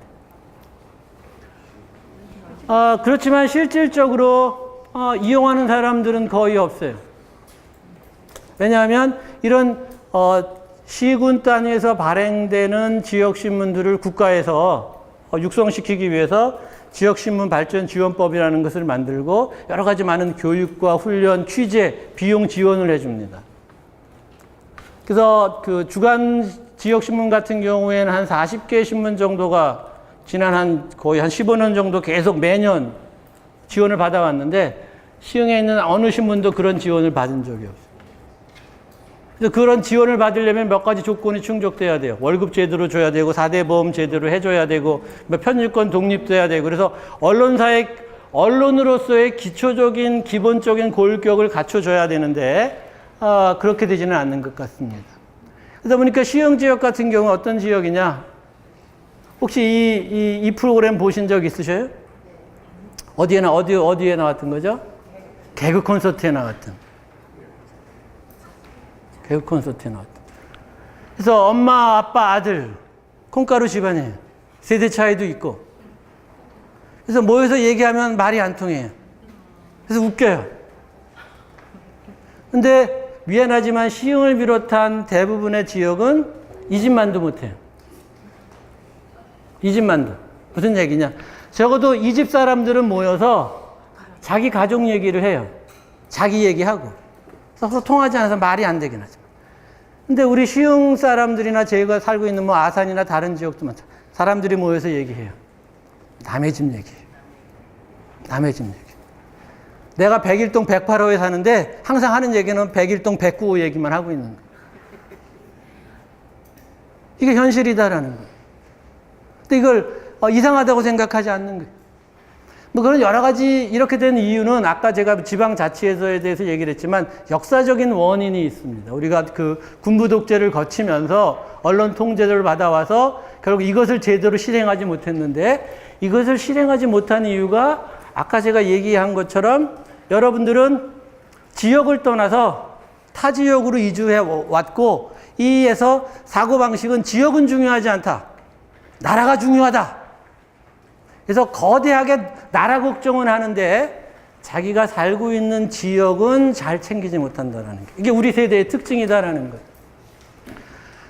자, 그래서 실질적으로 여러 가지로 결국 그러다 보니까 대부분의 지역들이 정보 교류가 제대로 되지 않고 가장 심각한 문제는 자기 지역이 어떤 불이익을 당했을 때 자기 지역의 권익을 대변해야 될 때 이런 것들을 제대로 대변해 줄 수 있는 시스템이 없어요. 자, 이런 것들이 실질적으로 여러 가지 보면 지역 주민들이 이용하는 언론, 시흥만 그런 게 아니라 거의 모든 지역이 그렇습니다. 다른 지역의 언론을 이용을 하고 자기 지역의 언론이 있긴 있지만 이용하지 않고 그러다 보니까 자기 지역의 뉴스를 접하지 못하고 언론은 제대로 경영이 되질 않고 그래서 언론으로서의 중요한 신속한 뉴스 제공이나 여론 형성, 권력 비판, 즉 언론이 있어서 할 수 있는, 언론만이 할 수 있는 이런 것들을 거의 대부분 하지 못한다라는 거예요. 자, 그래서 우리가 이제 자치 분권 시대가 된다면 결국은 이런 우리가 지금 전국 언론이 너무 비대한 KBS, MBC, 조선일보, 동아일보만 언론으로 치고 있는데 거기에는 우리 집 얘기는 하나도 없고 남의 집 얘기만 들어있고 부동산 얘기해도 강남 부동산 얘기하지 시흥 부동산 얘기합니까? 자영업자들 서울에 있는 자영업자 얘기하지 시흥의 자영업 누가 얘기해 줍니까? 자, 그래서 그러다 보니까 실질적으로 이런 것들이 결국은 언론이 균형을 갖추지 못했기 때문이고 이러한 언론이 이제 균형을 갖추어야만 우리가 자치와 분권도 제대로 될 수가 있다. 자, 요것이 제 강의의 취지고요. 자, 그래서 이것을 좀 더 여러분들 마지막으로 설명하기 위해서 자, 요거 뭔가요? 아직도 있으신 분, 본 적이 있으신 분 손 들어보세요. 지도책. 그렇죠? 어디에서 봤어요? 여러분들 차 뒷좌석에, 그렇죠? 그래서 자동차 면허를 따거나 차를 새로 나면 항상 모든 사람들이, 모든 자동차 소유주들이 구매해야 하는 책들이에요. 그래서 대한민국의 베스트셀러였어요. 그래서 도로 지도책을 만든 회사가 엄청나게 돈을 벌었어요. 아직도 차에 이거 있으신 분 손 들어보세요. 그렇죠? 그럼 지도가 이제 필요 없나요? 여러분들 저희 있는 지도를 다 아나요? 그건 아니죠. 왜? 무엇 때문에? 내비게이션. 그럼 왜 지도책, 이거 10,000원짜리예요. 왜 30만 원짜리, 100만 원짜리 스마트폰을 이용하냐라는 거죠. 더 비싼 걸, 싼 거 놔두고. 그쵸? 빠르고 편리하죠. 왜 편리해요? 자, 그래서 다 지도 정보를, 지리 정보를 제공해 주는 겁니다. 그렇죠? 근데 나에게 가장 여기 세 지도 중에서 가장 나에게 중요한 지도는, 내게 쓸모 있는 지도는 세계 지도인가요? 대한민국 지도인가요? 아니면 시흥시청을 알려주는 내비게이션 지도입니다. 내비게이션 지도죠. 내비게이션 지도와 지도체계 지도와의 차이점은 뭐예요? 내비게이션 지도의 중심은 무엇이다? 나의 위치다. 나의 위치. 그래서 내가 있는 곳에서 내 주변에 있는 정보를 자세히 가르쳐 주면 줄수록 좋은 내비게이션이고, 내가 어디 있는지 못 찾으면 그거는 갖다 버려야 할 내비게이션이 돼야 되는 거죠. 자, 그래서 우리가 이제 지방자치가 되려면 우리 언론도 각 사람이 살고 있는 지역에 필요한 뉴스와 정보를 제공해주는 언론이 이제 필요하다라는 것이 제 강의의 취지고, 그래서 여러분 이제 설문지를 작성하시고 맨 마지막에 그러면 이제 그 좀 주관적인 답변을 하시고 요걸 한 30분 정도 토론하도록 하겠습니다. 1번 나에게 시흥 지역에 관한 뉴스 얼마나 중요한가. 그러니까 번호 순서대로 여러분들이 같이 각자 자기 응답들을 표시하시고 그거를 서기 되시는 분이 취합을 해 주시면 됩니다. 그리고 그 과정에서 이제 서로 의견 차이가 있는 부분들에 대해서는 그 부분까지 토론을 해서 적어 주시면 되고요. 그래서 1번, 2번, 3번, 4번, 5번, 6번, 7번 순으로 그 토론을 진행하시고 서기께서는 그걸 취합해 주시고 나중에 그 조별로 나온 내용들을 다시 취합을 해서 이제 전체적인 의견이 어떤지를 우리가 보도록 하겠습니다. 네, 진행해 주시면 됩니다.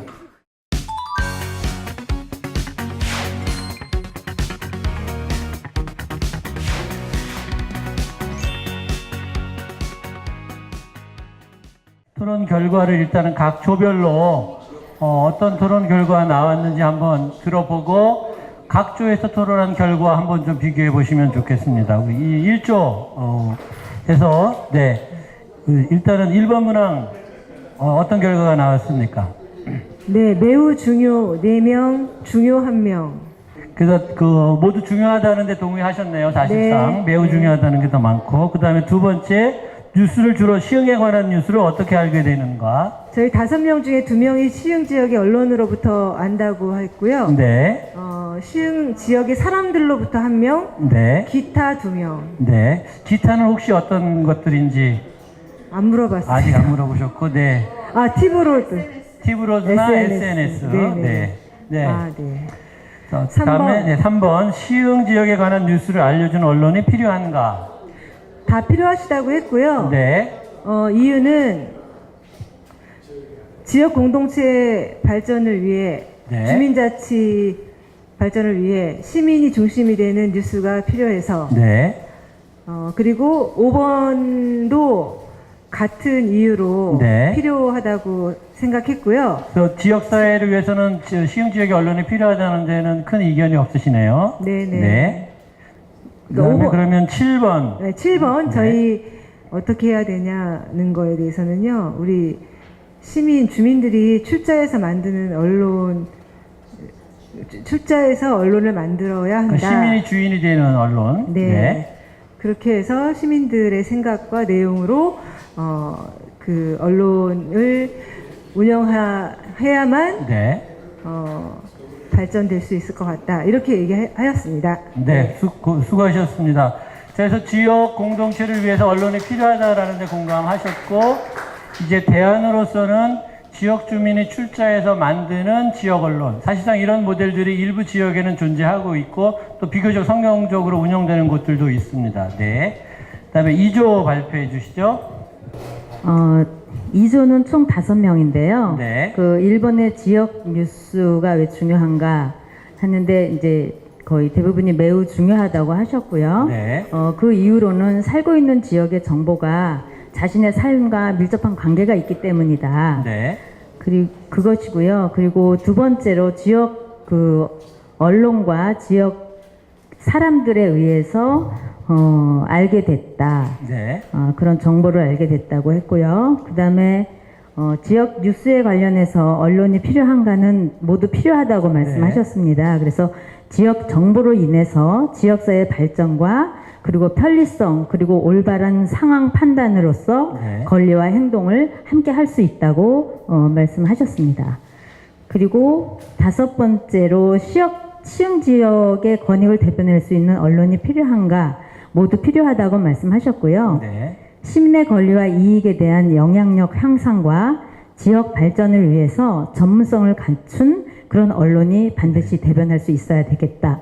이렇게 말씀을 하셨습니다. 네네. 그리고 마지막으로 지역 뉴스를 제공하는 데 있어서 언론이 필요하다면 어떻게 만들거나 발전시켜줘야 하는가에 대해서는 지역이 바른 역할을 위해서 그 지역 신문이 지역 시민의 기자가 활동할 수 있어야 하고 네. 또 하나는 객관적이고 자유롭게 표현할 수 있어야 하면서 그리고 중립성과 자립성과 네. 그리고 신속성 그리고 언론이 바르게 나갈 수 있도록 네. 어떤 자체의 지원이 좀 필요하다. 네. 이렇게 결론을 내렸습니다. 네, 그래서 지금 2조에서도 어떤 지역사회를 위해서 언론이 필요하다라는 데 공감하셨고, 주민들이 참여하는 언론, 대신 이제 요구하는 언론은 굉장히 수준 높은 언론이네요. 그렇죠? 네, 그래서 언론의 모든 그 정도를 걷는 그런 언론들을 지금 만들어야 됐다라는 그런 말씀하셨습니다. 그 다음에 3조, 네.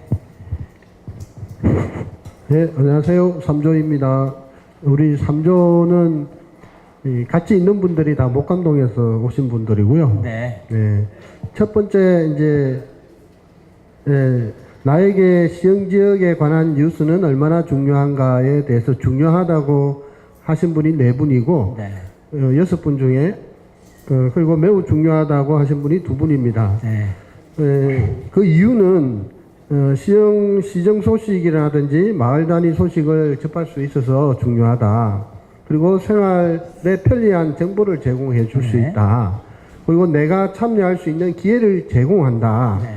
그리고 각자 생업 소식 정보를 제공한다. 이제 이렇게 있었고요. 그리고 또 하나는 나하고 내가 하고 있는 것과 관계가 있다. 이제 이렇게 이제 내가 하고 있는 것이라는 건 직업. 직업도 될 수도 있지만 네. 어떤 활동이라든지 네, 여러 관심 시민사회 분야. 활동이나 이런. 예, 그런 부분이고요. 두 번째는 나는 시흥 지역에 관한 뉴스를 주로 어떻게 알게 되는가. 이제 이 부분은 이제 지역 이제 언론을 통해서 이제 한 2분이 그렇게 말씀을 하셨고, 네. 이제 사람들을 통해서 이제 알게 됐다는 게 이제 4분이 이제 이렇게 이제 알게 됐다 이렇게 하셨고요. 그리고 이제 그 세 번째로는 시흥 시민들에게 시흥 지역에 관한 뉴스를 알려주는 언론이 필요한가 하는 부분에 대해서는 필요하다라고 이야기를 전체적으로 다 해주셨고요. 네. 이 부분에 대해서는 이제 그 이유에 대해서는 지역의 중요성과 관계성을 이렇게 알리는 부분이 있었고요. 그리고 이제 지역 정보를 제공하는 부분이라든지 주변과 소통하는 부분, 이제 이런 부분을 또 이야기를 좀 해주셨어요. 그리고 이제 뭐라고 돼 있어요? 삶이 바빠서 관심이 이제 별로 없는데 조금을 관심을 갖게 이제 되는 그런 기회 제공을 해주는 그런 부분이 있다 이렇게 돼 있습니다. 그리고 이제 5번째 시흥 시민의 권익을 대변해줄 언론이 필요한가 이 부분에 대해서는 필요하다라고 이야기를 해주셨고요. 이 부분은 이제 원하는 것을 알리고 이제 지역에 대한 이제 문제 해결에 유익하다는 이제 그런 의견들이 있었습니다. 그리고 이제 마지막으로 시흥 지역에 뉴스 제공을 하고 시흥 시민의 권익을 대변해주는 언론이 필요하다면 어떻게 만들거나 발전시켜야 하는가 이 부분에 대해서는 지역 단위 주민 중심 플러스 이제 전문가들이 같이 하는 형태를 이야기를 하셨고, 그리고 공정하고 지역에 도움이 되도록 이제 주민자치형 지역신문과 같은 그런 발전적인 모델이 좀 필요하다 이렇게 이야기를 해주셨습니다. 네, 이상입니다. 네, 감사합니다. 네. 그래서 필요성이나 중요성 뭐 공감하셨고, 뭐 그 지역 우리 신 지역의 언론과 또 주변 사람들을 통해서 정보를 얻는다는 것도 비슷하셨고요. 또 대안으로서는 주민들이 참여하지만 전문가들과 결합해서 어떤 언론을 만들어야 된다 이렇게 말씀 정리해 주셨습니다. 다음에 우리 사조는요.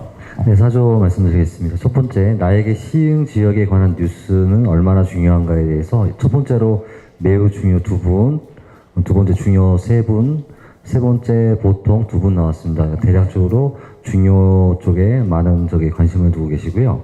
그리고 그 이유로는 공약 사항과 행정 등의 원활한 문제 해결과 실천이 되어 가는지를 알기 위함으로 대충 결론 내렸습니다. 두 번째, 나는 시흥지역에 관한 뉴스를 주로 어떻게 알게 되는가에 대한 질문으로 첫 번째 시흥지역의 언론으로부터 선택하신 분이 한 분 계셨고요. 네. 그 다음에 네 번째 시흥지역의 사람들로부터를 선택하신 분이 5분 계셨고요. 그 다음에 5번째 기타 시흥시청 홈페이지를 선택하셨습니다. 네.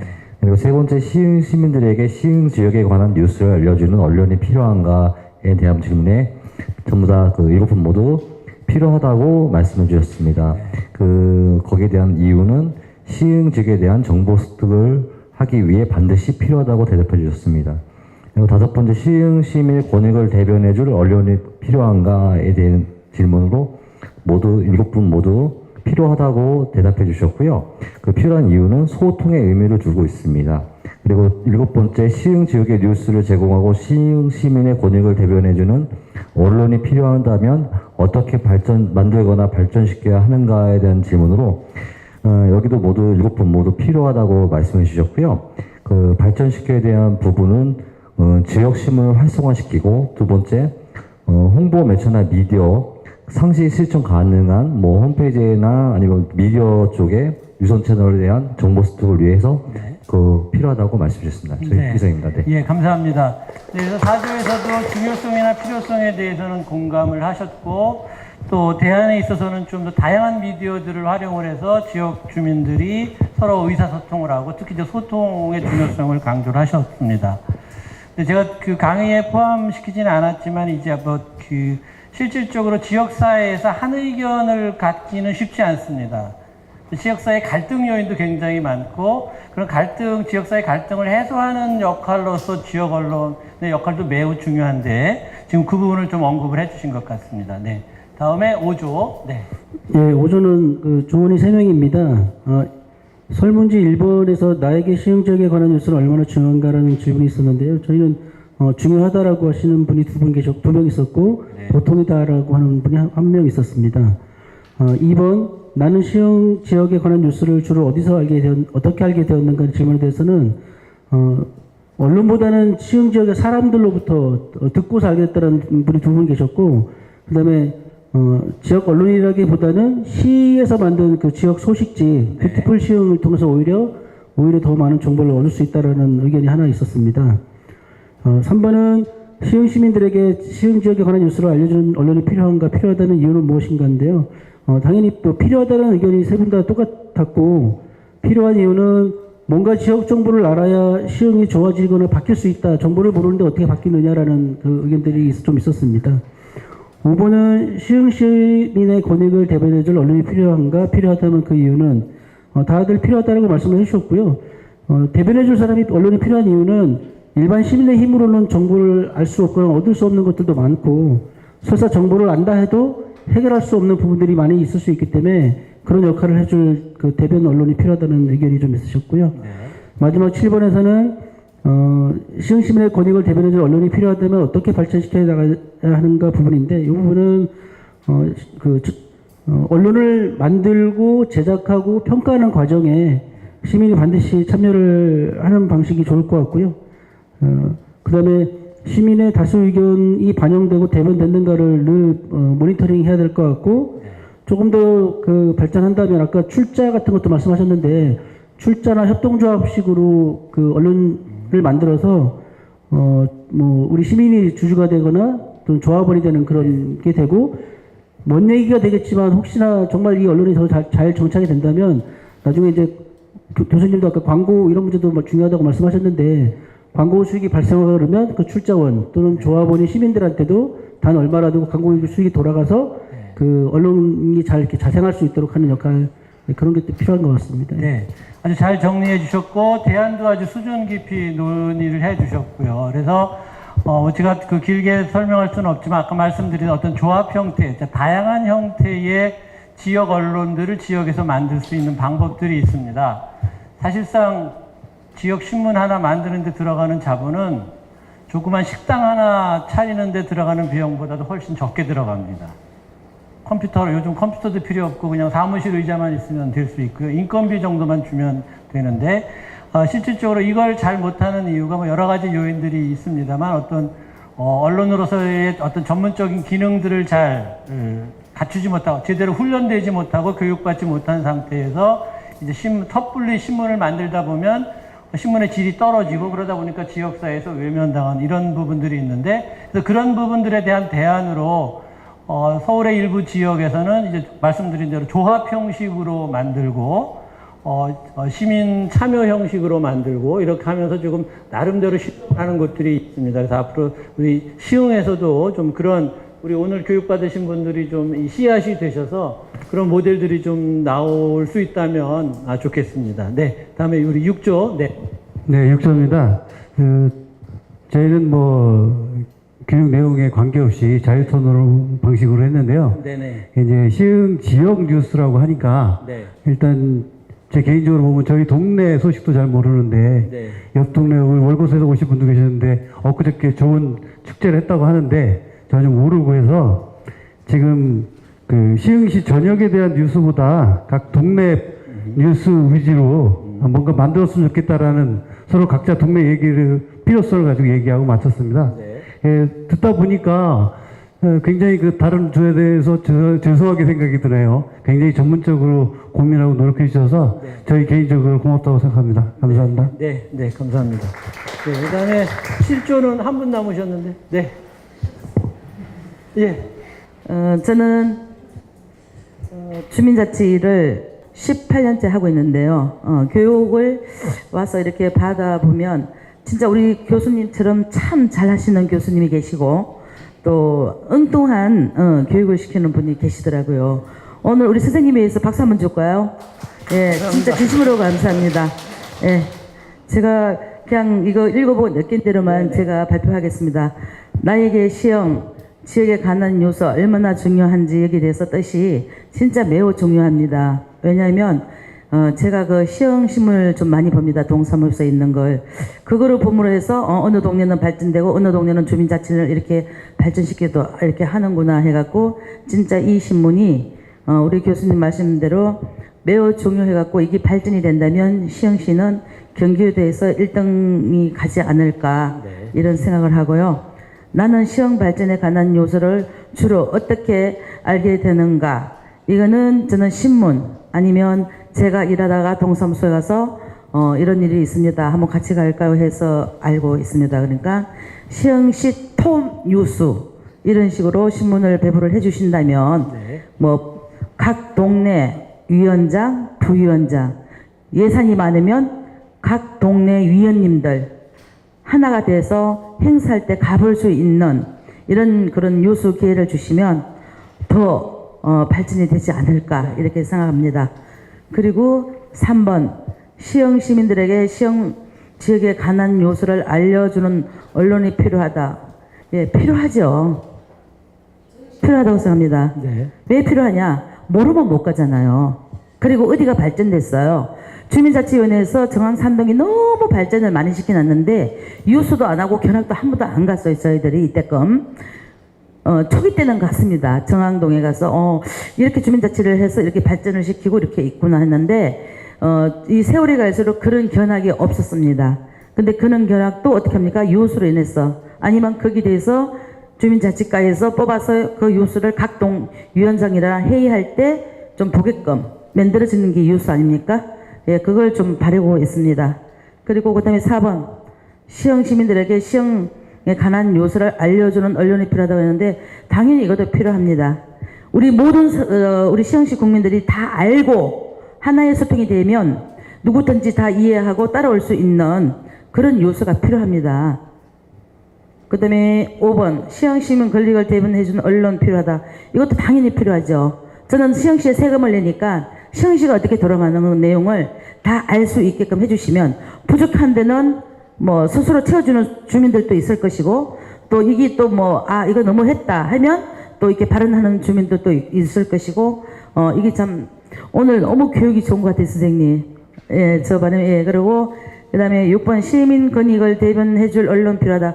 이거 당연히 필요하죠. 저 밑에 어두운 구석 사각지대에 있는 분들도 있을 것이고 중간에 있을 것이고 또 잘 사는 사람은 또 넘어지게 할 것이고 이게 진짜 필요하다고 생각합니다.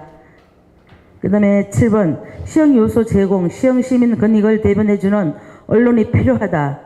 다음 어떻게 만들어 날 발전시킬 것인가. 이거 당연히 필요한 것 같아요. 예를 들어서 주민자치위원회에서 여기서도 뭐 좀 고등학교 때나 대학교 때 그 유수에 대해서 이렇게 공부하신 분들 좀 있을 거 아닙니까?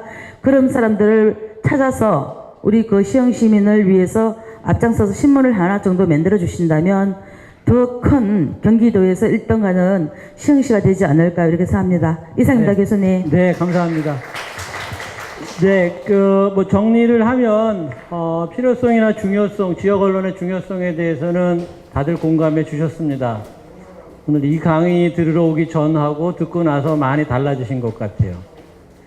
다행이라고 생각을 하고요. 그래서 그런 측면에서 이제 앞으로 여러분들이 좀 그 지역 뉴스, 지역 언론에 대해서 좀 더 고민하시고 이제 어떻게 만들 것인가. 정말 이렇게 왜 그 얘기는 무슨 이렇게 중요하고 필요한데 왜 없고 왜 제대로 된 언론이 없는지 지역사회에서 고민을 해야 된다고 생각을 하고요. 특히 우리 자치분권대학의 차원에서 좀 이제는 이런 지역 언론들을 주민들이 만들 수 있도록 교육하는 그런 것들도 같이 앞으로 아마 같이 모색할 수 있으리라고 생각을 합니다. 어떤 그 부족한 강의를 경청해 주셔서 굉장히 감사드리고요. 또 토론도 아주 훌륭하게 잘 이끌어 주셔서 감사드립니다. 네, 질문 있으시면. 네. 구조적인 폐해가 정당 공천제라고 그러는데 지금 현 문재인 정부에서 그 정당 공천제 폐지에 대해서 어떤 방향을 갖고 있고 지금 어떻게 진행되고 있는지 궁금합니다. 네, 그거는 우리 지난 지방선거에서 정당 공천제가 전혀 의제가 되질 않았습니다. 없던 일입니다. 그래서 없는 걸로 생각하시면 됩니다. 그래서 그 무슨 얘기냐면 정당 공천제로 지금 이익을 보는 사람들이 너무 강력하고 그 사람들이 집권하고 있기 때문에 이 기득권을 포기하진 않을 겁니다. 네. 이 부분은 굉장히 강력하게 시민사회에서 요청해야 되지만 기득권을 가진 사람들이 너무 크기 때문에 제가 보기에는 굉장히 힘듭니다. 네. 네, 그동안 2시간 동안 이 무더운 날씨 또 휴가 기간에 이렇게 강의 경청해 주시고 진지하게 토론해 주셔서 대단히 감사합니다. 감사합니다.